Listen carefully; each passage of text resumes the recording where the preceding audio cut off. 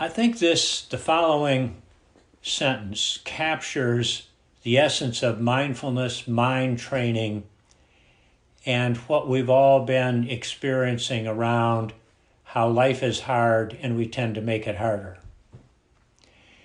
We do not see things as they are. We see things as we are. Again, we do not see things as they actually are. We see things as we are. Kay and I watched a television show last night that was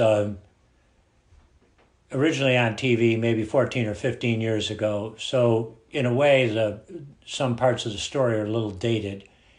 But the essence of the story really does align with what we've been working on this week. So in this particular episode of this show, it was about a black teenage girl who lived in a predominantly black community and had gotten a scholarship to an elite private school in a white community. And after attending the school for a while, she had become good friends with a white girl. And then the two of them each ended up dating the same white guy. And the episode actually began with the young black girl walking down the street at nighttime in what appeared to be a nice neighborhood. And then suddenly a car comes around the corner and heads in her direction. And you can see from the point of view of the car that the car veers over and deliberately hits her and runs her down. And she goes head over heels over the windshield, lands on the pavement, and is dead instantly. The car's a fancy automobile, and of course the police get involved right away. We now have three different perspectives on this situation. We have the perspective of the black community who's frustrated that an arrest hasn't been made. And black members of the community are saying things like, if it had been a white girl who had been killed, a black man already would have been arrested and maybe even shot to death by the police. We have the members of the white community saying, we never should have allowed these black kids to come to this school. All they do is bring all their friends to our kids' parties, and this is the result. What could you expect? And then we have the authorities who are saying to one another, we need to get this resolved. We need to find the perpetrator and get this thing resolved as fast as possible before we have massive social, racially based unrest. So those are the three perspectives. Now this love triangle results in the white girl being arrested because it's her car. And apparently she's driving. And we discover that at this party, that the white girl, the black girl, and the white boy, who'd been dating both of them, had been together and had begun arguing and fighting. And the storyline seemed to be that the two girls were really upset to discover that this guy was dating both of them. The white girl is arrested. She pleads guilty. And we begin the trial process. And somebody among the authorities is thinking, there's something missing here. This isn't quite right. And they begin thinking again about it and investigating more carefully. And what they eventually find is a letter that was exchanged between two of the three teenagers. And the letter reveals all. The letter is from the black girl to the white girl professing her love. It turns out that it's the two girls who were in love with one another. And when the white boy discovered that, he was furious. And he was the one driving the car and ran down the black girl. The white girl was willing to go to jail in order to protect her parents and her girlfriend's parents from discovering that they were both gay. The white boy was willing to let the white girl go to jail. So here we have all these different perspectives. We have this situation in which people are caught up in their own conditioning, in their own fears and anxieties. And it's a great opportunity for discovering what mind training is all about. My reference point for talking about mind training this morning and the practices is a book that Kay and I have been reading in the last couple of weeks titled Think Again. It's by a professor in the MBA program at University of Pennsylvania, where he has been named the outstanding teacher for 7 consecutive years. His name is Adam Grant. And the premise of his book is about the importance of flexibility of mind, about not getting caught up in how we are reacting to, not getting caught up in the habits that have been formed as a result of these 4 conditions of being human that are beyond our control, and our inability to grasp the realities of how life is not permanent, not perfect, and not personal.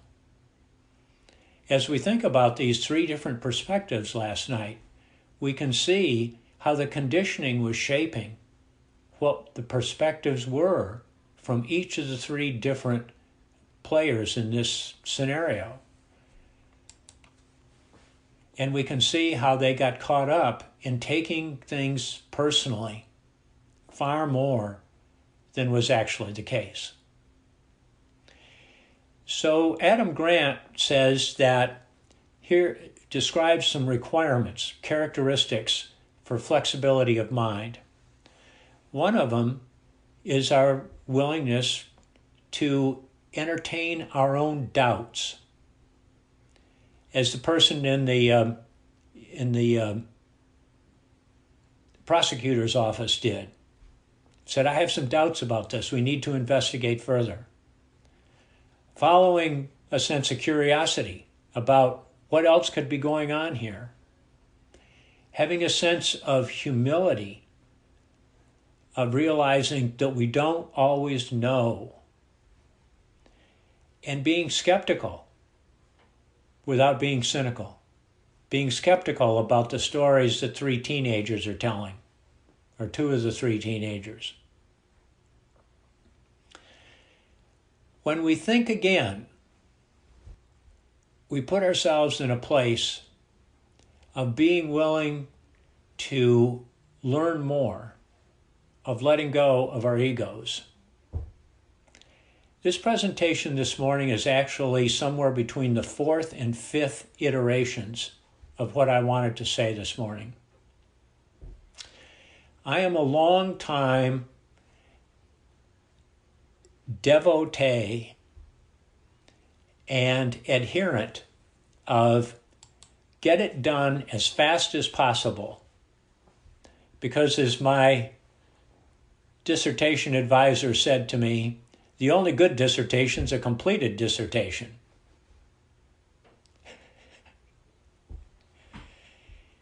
Well, it turns out that what I was originally going to say in the 2nd and 3rd versions, I really think were not nearly as informative and useful and beneficial as this 4th or 5th version of it is. Kay is a great advocate, as I've shared with you before, for holding our assumptions lightly, holding our opinions lightly. And she and I, when over the years, have been at opposite ends of the spectrum of get it done versus hold it lightly. And part of my practice over the last few years has been holding it lightly. And most of the time, what I do in these sessions is at least the second or third version, if not more than that. So we think again. We hold our assumptions lightly. We entertain our doubts. We have some humility about what we think we know. And then we apply discernment. Too often, the conclusions we come to have a substantial amount of judgment in them. Judgment that has arisen from our conditioning. Our unconscious biases. We leap to conclusions based upon what we think we know without investigating further. And discernment refers here to our ability to separate our judgments that arise from what we think we know to our willingness to investigate, to sift them apart. So back to this phrase, we do not see things as they are, we see them as we are. At the moment, I'm looking at my screen, and there are 25 images here. My screen only holds 25 of the 31 of you, or 30 of us.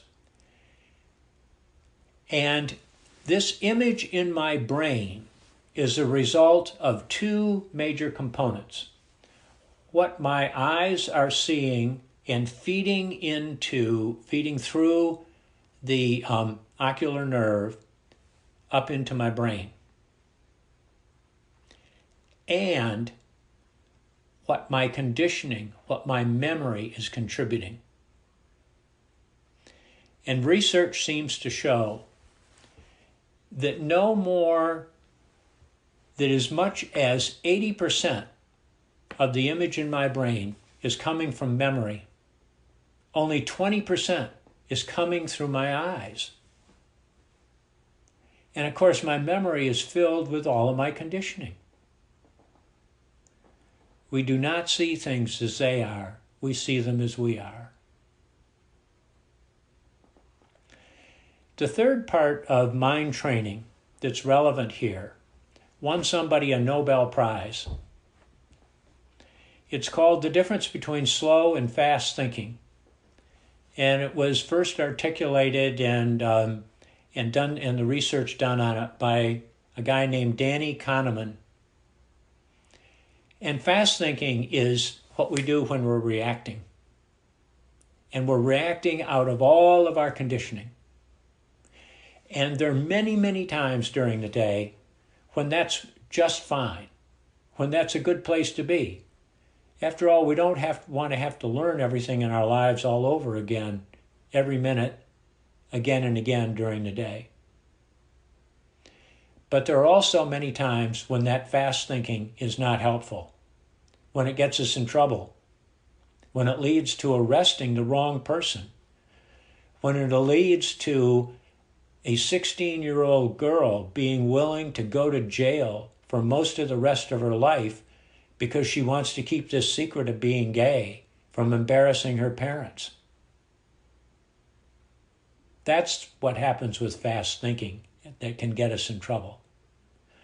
And so taking the time to think again, to be discerning, to engage our slow thinking,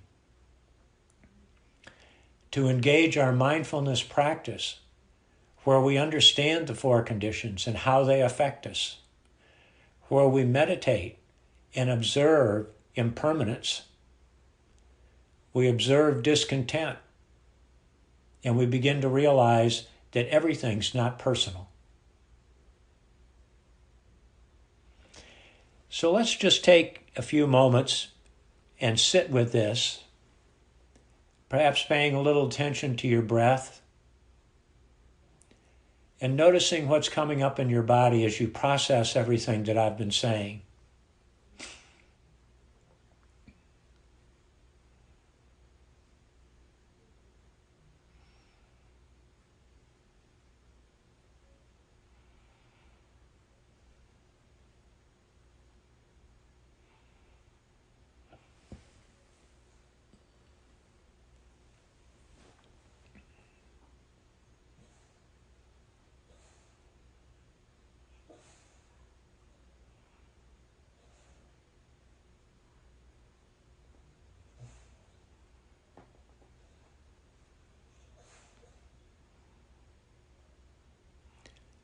Noticing the thoughts that arise, the emotions, the bodily sensations, and simply being with them exactly as they are.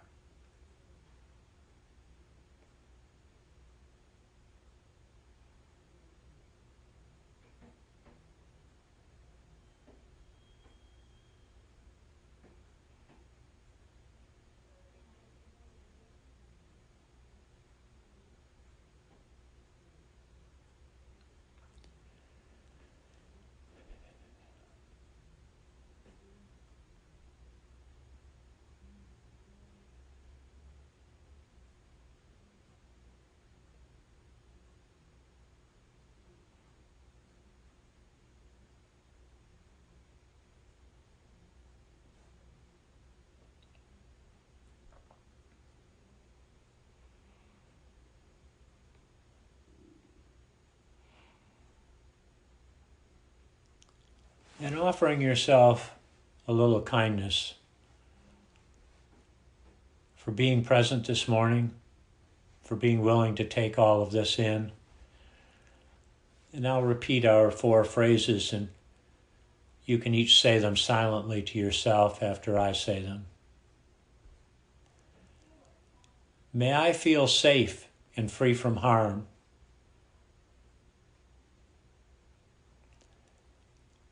May I feel fully alive in every moment.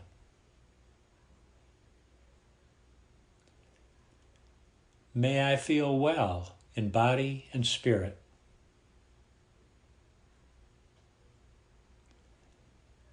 May I live with ease.